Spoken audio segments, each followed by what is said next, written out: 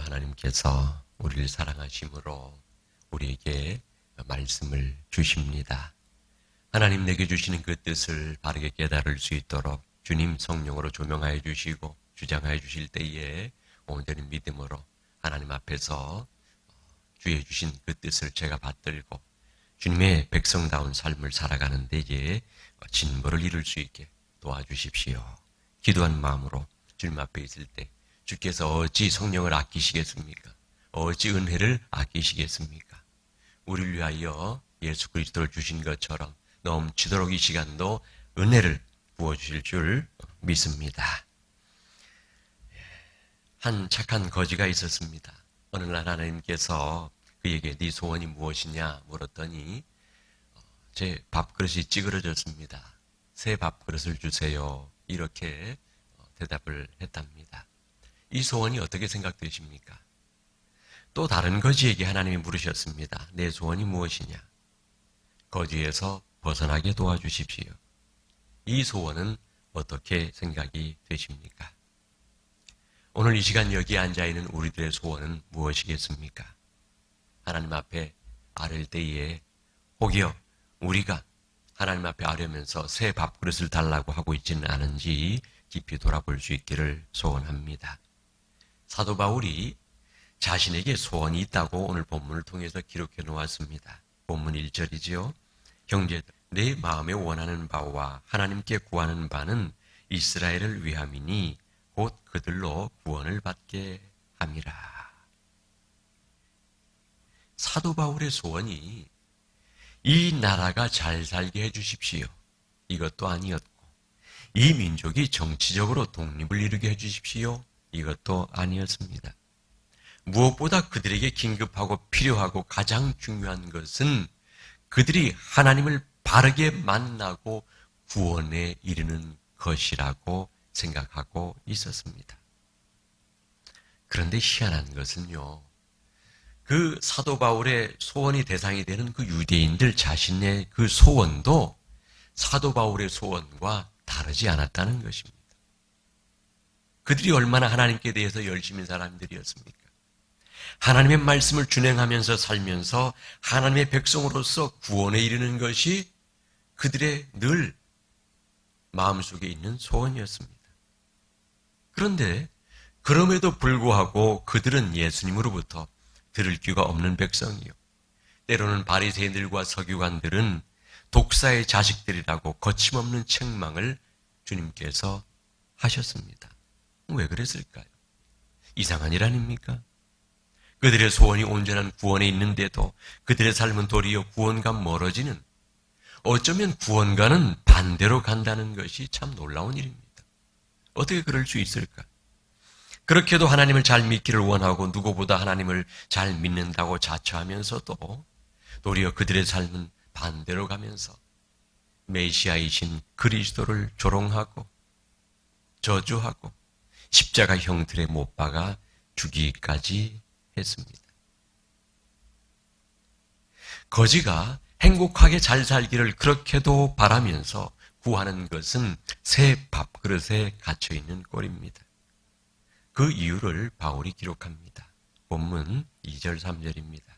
내가 증언하노니 그들이 하나님께 열심히 있으나 올바른 지식을 따른 것이 아니니라. 하나님의 의를 모르고 자기 의를 세우려고 힘써 하나님의 의에 복종하지 아니하였느니라. 열심보다는 방향의 문제라는 것이죠. 우리가 이런 얘기를 듣지 않습니까? 어리석은 사람이 열심이면 정말 구제불능이다. 차라리 열심하지 않은 것이 낫겠는데 미련한 방향으로, 미련한 생각으로 열심이면 정말 힘든 것이죠. 잘못된 방향으로 열심히 하면 더 문제가 심각해집니다. 어릴 적에 이렇게 물건 뜯기를 저희가 좋아하지 않았습니까? 그래서 라디오 같은 것도 뜯어보고 하는데 지식도 없으면서 뜯으면 고쳐집니까? 더 망가지죠. 그 꼴입니다. 이 유대인들의 하나님을 향한 열심은 자타공인 정말 타의 추종을 불허했지요. 그런데 그 열심이 잘못되었다는 것입니다. 잘못된 방향을 향하고 있었다는 것입니다. 하나님의 의를 모르고 자기 의를 세우려고 힘써 하나님의 의에 복종하지 아니하였느니라. 외적인 열심으로 그렇게 달리다 보니 어느 방향으로 달려야 할지 하나님의 말씀의 본질은 상실하고, 그랬으면서도 잘못되었으면 다시 돌이켜야 되는데 그 열심 자체만으로 자기 의를 삼았죠. 시장 앞에서 많은 사람들 앞에서 손을 높이 들고 간구하면서 내가 이처럼 열심히 경건히 사노라 자랑하던 이들이 바로 그들이었습니다.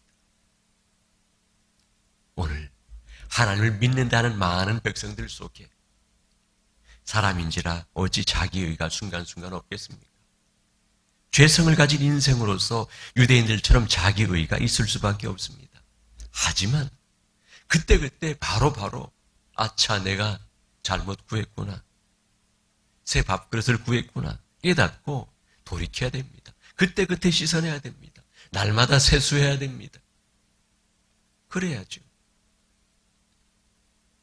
그런 유대인들에게 사도 바울이 그들이 그리스도를 믿어야 할 이유를 선포합니다. 그리스도는 그들에게는 대적이었었죠. 그들이 죽인 자였습니다. 그 그리스도를 믿어야 할 이유, 본문 4절입니다. 그리스도는 모든 믿는 자에게 의를 이루기 위하여 율법의 마침이 되시니라. 모르긴 몰라도 이 율법의 마침이라는 단어가 유대인들이 눈을 동그랗게 뜨게 했을 것입니다. 율법의 완성, 율법의 온전한 이룸, 그것이 유대인들의 완전한 어떤 생애 모토 아니었습니까? 율법이 완성되었다, 율법이 이루어진다, 그리스도가 갸웃했을 것입니다. 그러나 사도 바울 분명히 선포합니다. 그리스도가 바로 하나님께서 보내신 율법의 마침이다. 율법의 요구는 그리스도께서 그 십자가의 대속의 사역으로 온전히 이루셨다, 마침이 되시니라 선포하고 있습니다. 가만히 생각해 보면 하나님께서 이스라엘을 일찍이 언약 백성으로 택하시고 삼으셨던 것은 이스라엘의 어떤 선함이나 어떤 탁월함 때문이 아닌 것이죠. 그들은 그걸 모르고 우리는 선민이다, 다른 민족들에 대해서 이방인들은 개를 지나가는 개 보듯이 했지만, 그러나 하나님께서 그들에게 언약 백성을 삼으시고 율법을 주신 이유를 묵상해 보면 이 세상에 대해서 저렇게 유대인들처럼 열심을 내어서 안식일에만 365개의 조항을 달면서 지키려고 애를 쓰고 하지만 사람의 의로서는 도저히 이룰 수 없는 것이 율법임을, 흠없이 율법의 완성을 이룰 수 있지 않음을, 사람은 할 수 없음을 세상에 대한 어떤 예시로 보여주시려고 하셨다고 생각이 듭니다. 이제 그리스도께서 율법의 마침이라고 선언합니다. 이제는 유대인들도 직접 해봤으니 이게 안 되는구나 포기해야죠. 그리고 그것을 깨닫고 율법의 마침이신 그리스도만을 영접함으로 의로워질 수 있습니다. 이것이 사도 바울이 유대인들을 향해서 그렇게도 하고 싶었던 말입니다. 돌에 침을 당하면서도, 배척을 당하면서도. 오늘 본문 5절 말씀을 보겠습니다. 모세가 기록하되 율법으로 말미암는 의를 행하는 사람은 그 의로 살리라 하였거니와. 모세를 통해서 하나님 율법을 주셨죠. 자, 이 말씀, 이 사도 바울이 기록해놓은 이 5절 말씀은 레위기 18장 5절을 인용해 놓은 것인데요. 내 규례와 법도를 지키라. 사람이 이를 행하면 그로 말미암아 살리라. 나는 여호와이니라. 이 말씀을 받았기에 이스라엘 백성들이 율법을 지키면서 살려고 애를 쓴 것을 사도 바울이 누구보다도 잘 알죠. 그것을 안다. 그러나 위에서 언급했던 것처럼 그릇된 지식과 잘못된 열심, 자기 의로 율법 앞에서 하나님의 의를 구해서 하나님의 의를 구한 것이 아니라 자기 의를 세우려고 힘썼기에 그래서 결국 의에 이를 수 없었다고 선언하고 있습니다. 그러나 이제 상황이 달라졌다는 것이죠. 그리스도를 통해서 선포된 믿음으로 말미암는 의는 율법의 마침이 되므로 신명기에서 말씀해 주신 것처럼 어렵거나 멀지 않고 바로 우리 곁에 허락하신 복음으로 선포되었다는 것이 사도 바울의 기록입니다. 신명기 30장 11절에서 14절까지 보겠습니다. 내가 오늘 내게 명령한 이 명령은 내게 어려운 것도 아니요 먼 것도 아니라 하늘에 있는 것이 아니니 내가 이르기를 누가 우리를 위하여 하늘에 올라가 그의 명령을 우리에게로 가지고 와서 우리에게 들려 행하게 하랴 할 것이 아니요 이것이 바다 밖에 있는 것이 아니니 내가 이르기를 누가 우리를 위하여 바다를 건너가서 그의 명령을 우리에게로 가지고 와서 우리에게 들려 행하게 하랴 할 것도 아니라 오직 그 말씀이 내게 매우 가까워서 내 입에 있으며 내 마음에 있은즉 내가 이를 행할 수 있느니라. 그때에는 몰랐는데 그리스도께서 율법의 마침이 되시고 하나님의 의가 선포되고 나니 하나님의 말씀이 얼마나 가까운지를 이제 아는 것이죠. 본문 6절, 7절 말씀을 보겠습니다. 아까 신명기의 말씀을 인용한 것입니다. 믿음으로 말미암는 의인은 이같이 말하되 내 마음에 누가 하늘에 올라가겠느냐 하지 말라 하니 올라가겠느냐 함은 그리스도를 모셔내리려는 것이요. 혹은 누가 무저갱에 내려가겠느냐 하지 말라 하니 내려가겠느냐 함은 그리스도를 죽은 자 가운데서 모셔 올리려는 것이라. 믿음으로 말미암는 의인은 우리가 하늘로 올라가야 실제로는 불가능한 일이죠. 하늘로 올라가야 입을 수 있는 것이 아니고 또한 저 깊은 지옥에까지 떨어지고 도달해야 그것도 불가능하지만 그래야 입을 수 있는 것도 아니다. 얼마나 복음이 가까이 와 있는지를 다시금 선포하고 있습니다. 본문 8절 9절입니다. 그러면 무엇을 말하느냐?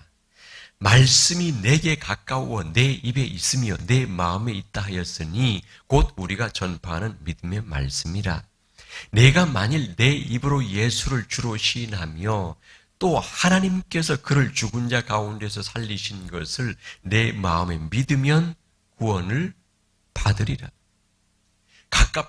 가깝다는 뜻이 무엇이냐면 이제 예수 그리스도를 주로 시인하고 믿고 내 마음에 믿으면 그것으로서 끝이라는 것이죠. 완성이라는 것이죠. 구원에 이르리라. 구원을 받으리라. 본문 10절입니다. 구원에 이르리라. 단 짧은 한 문장으로 선포하고 있습니다. 사람이 마음으로 믿어 의에 이르고 입으로 시인하여 구원에 이르느니라. 아멘이죠. 마음으로 믿어 의에 이르고 나의 의로는 이룰 수 없지만 도달할 수 없지만 그 주 예수 그리스도를 내가 마음으로 믿고 구주로 영접하는 순간 주님이 이루신 그 의가 우리에게 입혀지고 하나님께서 우리를 의롭다 해 주신다는 것이죠. 그리고 입으로 시인하여 구원에 이르느니라. 예수 그리스도가 나의 주 되심을 시인하는 것, 이거 우리 그리스도인에게 참 중요한 일입니다. 꼭 같은 상황이라 할지라도 어떤 그리스도인은 내가 그리스도인 됨을, 그리스도께서 나의 주 되심을 시인하는 방향으로 응답하면서 살아가는 사람도 있고 또 그렇지 못한 사람도 있습니다. 모든 상황 속에서 믿음으로 그리스도의 주 되심을 시인하며 살아가는 우리가 될 수 있게 도와주십시오. 간구하는 마음으로 우리가 매 순간을 살아가야 할 이유입니다. 오늘 본문 11절에서 13절까지 말씀 보겠습니다. 아마 모르긴 몰라도 유대인들은 펄쩍 뛰었을 것 같습니다. 성경에 이르되 누구든지 그를 믿는 자는 부끄러움을 당하지 아니하리라 하니 유대인이나 헬라인이나 차별이 없습니다. 한 분이신 주께서 모든 사람의 주가 되사 그를 부르는 모든 사람에게 부요하시도다. 누구든지 주의 이름을 부르는 자는 구원을 받으리라. 아멘. 누구든지 유대인과 헬라인이 차이가 없다고? 누구든지 구원을 받으리라. 도대체 유대인들로서는 용납할 수 없는 그런 소리인 것이죠. 그러나 사도 바울은 망설임 없이 유대인들에게 선포하고 있습니다. 누구든지 그를 믿는 자는 부끄러움을 당하지 아니하리라. 유대인이나 헬라인이나 차별이 없습니다. 왜요? 주께서 모든 사람의 주가 되셨기 때문이라는 것입니다. 혈통에 따른 인생의 유대인들은 혈통을 늘 따졌죠. 할례를 받았느냐 안 받았느냐. 그러나 우리 주님께서는 혈통에 의해서 어떤 차별도 없음을 분명하게 선언했습니다. 아마도 배타적인 선민의식으로 늘 가득했던 유대인들로서는 도대체 받아들일 수 없는, 목에 가시가 걸려는 도대체 빠지지도 않는 그런 말일 것입니다. 누구든지 요엘 2장 32절에 보면 여호와의 이름을 부르는 자는 구원을 얻으리니 이렇게 되어 있는데, 이 13절은 사도 바울이 그 요엘서를 인용한 것이죠. 누구든지 주의 이름을 부르는 자는 구원을 받으리라. 이 세상 어떤 시간일지라도 과거나 지금이나 미래나 주의 이름을 부르는 자는 구원을 얻는다. 이 진리의 말씀은 변함이 없습니다. 유대인에게도 헬라인에게도 누구에게도 변함이 없습니다. 여기서 보면 누구든지 주의 이름을 부르는 자는 되어져 있는데, 이 부른다는 뜻은 신앙 고백인 것이죠. 시인하는 것이죠. 나의 주 예수 그리스도께서 구주이십니다. 고백하는 것입니다. 그 고백은 또한 동시에 무엇입니까? 주님께서 나의 주님이시라면 그 어떤 것도 주님이 될 수 없다는 것이죠. 물질이든 명예든 어떤 왕이든. 이 말은 정말 큰일 날 일입니다. 당시 로마 황제는 세계의 황제인데, 바로 그 도시에서 로마에 사는 사람들에게 주님이 주님이시다, 주님만 예수 그리스도가 진정 왕이시라는 것을 선포하기에 깜짝 놀랄 일일 것입니다. 그러나 사도 바울 분명히 선포합니다. 주님께서 왕이시다. 주님께서 주인이시다. 주님을 주님으로 부르는 자는 오직 주님만을 인정하는 것이기에 로마 황제 따위 왕일 수 없다. 너의 구주일 수 없다라는 뜻입니다. 우리는 모든 상황 속에서 주 예수 그리스도를 시인할 때에 하나님의 기뻐하심을 입고, 하나님께서 그 시인하는 입술을 따라서 은혜를 베푸시고 세상에 대하여 말씀하시고 그리스도인 됨으로 살아갈 힘과 지혜를 아낌없이 공급하실 줄 믿습니다. 그러기에 늘 주님을 시인하며 살아야 합니다.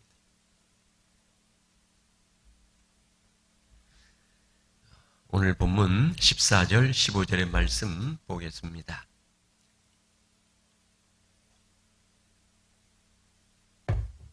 그런즉 그들이 믿지 아니하는 일을 어찌 부르리요? 듣지도 못한 일을 어찌 믿으리요? 전파하는 자가 없이 어찌 들으리요? 보내심을 받지 아니하였으면 어찌 전파하리요? 기록된 바 아름답도다 좋은 소식을 전하는 자들의 발이여 함과 같으니라. 이 말씀은 무슨 말씀입니까? 부르려면 믿어야 하고, 믿으려면 들어야 하고, 들으려면 전해주는 자가 있어야 하고, 전하려면 보내심을 받아야 한다는 뜻이죠. 구원을 얻는 데 있어서 전하는 자가 반드시 있어야 한다는 전제를 말하고 있습니다. 이 말씀은 무슨 말씀일까요? 사도 바울이 유대인들에게 그래서 보내심을 받은 자 나 사도 바울은 이렇게 목숨 걸고 다니는 것이라는 것입니다. 너희가 나를 죽이려고 그렇게 돌에 치고 괴롭게 하여도 포기하지 않고 다니는 그 이유가 바로 이것이라는 것입니다. 나의 동족 유대인들이란 너희들이 정말 구원에 이르기를 내가 간절히 원한다라고 하는 것입니다. 그런 사명이 있기에 하나님께서 보내심을 받은 자의 걸음걸음을 왜 인도하지 않으시겠습니까? 왜 능력으로 붙들어 주시지 않겠습니까? 그래서 복음 전하인 자의 걸음은 아름다울 수밖에 없습니다. 아름답도다 좋은 소식을 전하는 자들의 발이여 함과 같으니라.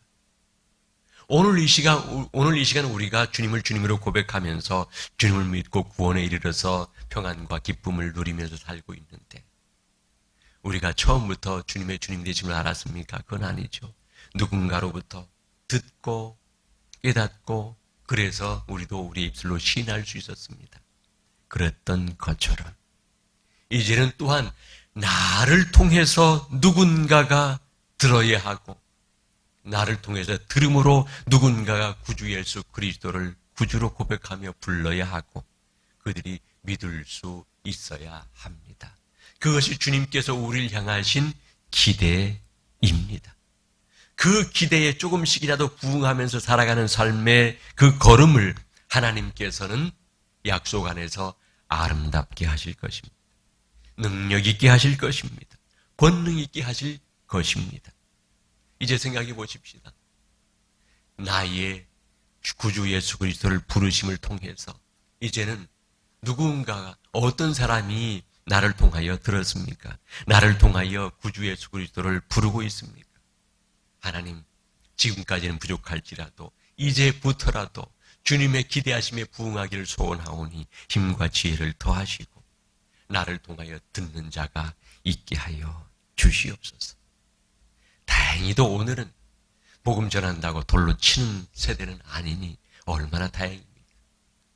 물론 전도지 같은 거 주다 보면 외면당하죠. 때로는 어떤 사람들은 받는 척하고 받고 가서 바로 그냥 뒤에서 버려버리기도 합니다만, 하물며 그 정도이겠습니까?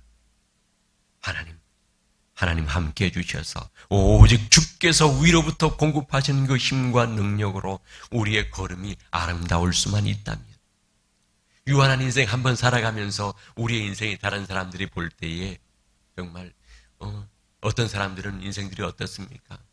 추하고 썩은 냄새가 나는 사람도 있고, 어떤 사람들은 뭐 그저께 아무 영향도 못 끼치고 혼자 그냥 간신히 그냥 살다가 무색무취의 사람이 있는 것 같기도 하고 그렇습니다만, 나의 인생의 걸음 주님이 공급하시는 힘과 능력으로 그래도 조금이라도 이 세상에 왔다 가면서 아름다운 향기가 드러날 수 있기를 소원하는 것입니다. 그런 소원이 우리에게 있기를 소원합니다.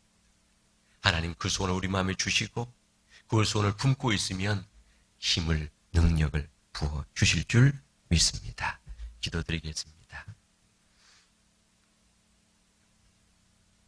전능하신 하나님 아버지, 우리가 품고 들었던 그 복음의 말씀이 얼마나 아름답고 생명의 향기로 가득한 것이었는지를 말씀 앞에 설 때마다 새삼 깨닫고 느낍니다. 그 깨달음을 우리 안에만 가두어 두지 아니하고 이제 하나님의 기대 앞에서 서툴지라도 그리스도께서 구주되심을 우리의 인생을 통하여 세상에 유출되게 하여 주시옵소서. 내가 누군가를 통해서 그것을 들었거든 또한 나를 통하여서도 누군가가 들을 수 있도록 빚진 자로서의 그 마음 잊지 않고 살아가는 저희 되게 하여 주시옵소서. 주님께서 저희들이 약함을 아시오니 주님 긍휼히 여기셔서 능력과 힘을 공급하셔서 우리 허락하신 상황 속에서 능히 할 수 있도록 힘을, 지혜를 공급하여 주실 줄을 믿습니다. 한 번뿐인 인생 이 세상에 주님께서 심으셨사오니 때를 따라 열매를 맺게 하여 주옵소서. 우리를 사랑하시고 늘 함께하여 주시는 우리 구주 예수 그리스도의 이름으로 기도 올립니다. 아멘.